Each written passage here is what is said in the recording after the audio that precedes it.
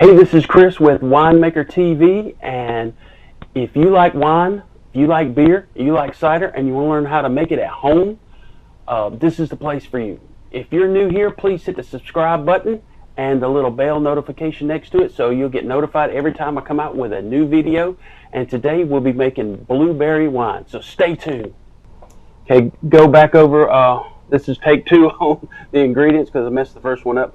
But we had a pound of sugar, 2 pounds of sugar that I've already added into the heated water. We have some peptic enzyme. We have some wine tannin. Have some citric acid.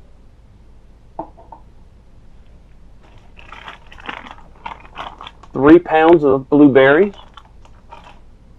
Funnel. We'll be using a strainer today. 3-piece airlock, and 1 gallon demijohn. Let's get started.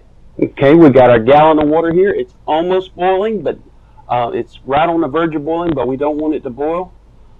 So it's 170 degrees. I'm going to turn the heat down a little bit, and we're going to add our 2 pounds of sugar.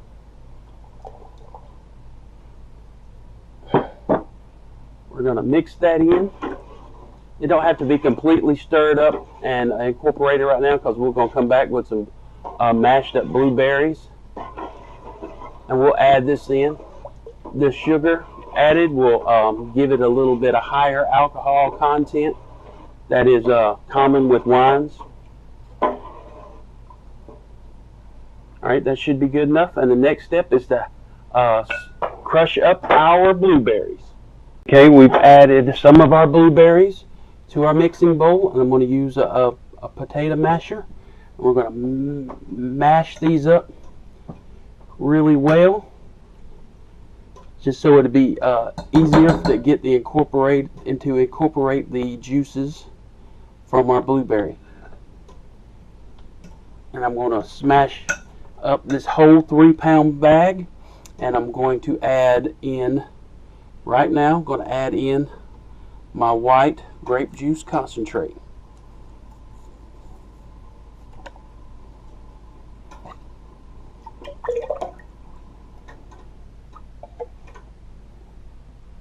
Alright, I'm going to smash up the rest of these blueberries and we'll be right back. Just to show you some when I'm mashing up all the good juice that it's making.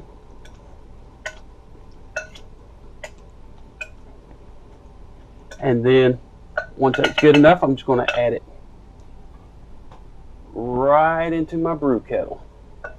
And we'll strain this out later. Look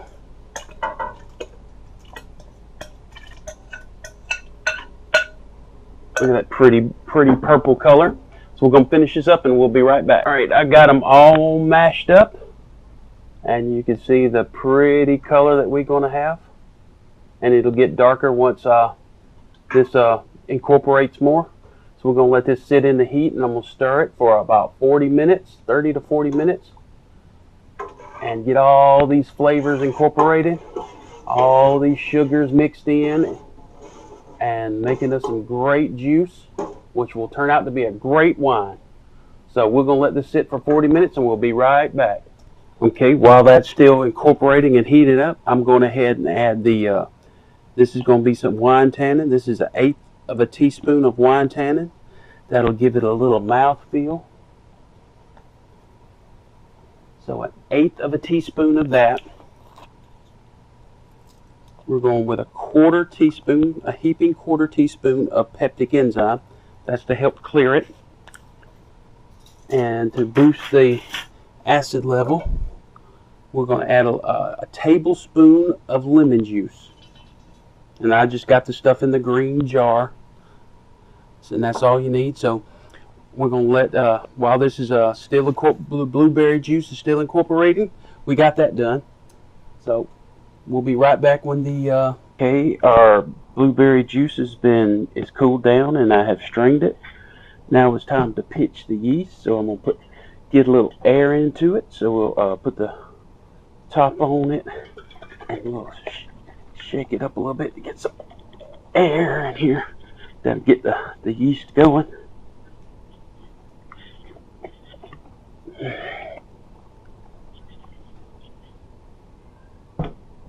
All right. And then all we have to do is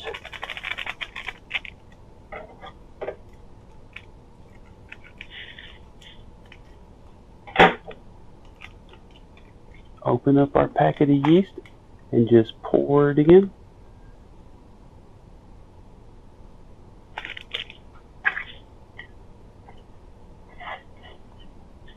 And I just give it a slight whirl because you can see some got stuck to the sides. So I don't shake it up, but I like to get try to get all the yeast that's stuck to the top off.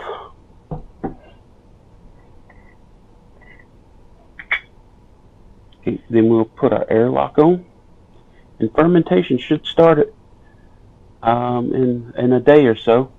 So it'll probably ferment for a week to 2 weeks, and then it'll be ready. And we'll be back to wrap things up. We're finished with our blueberry wine. Look at that beautiful color. It will ferment for about 1 to 2 weeks.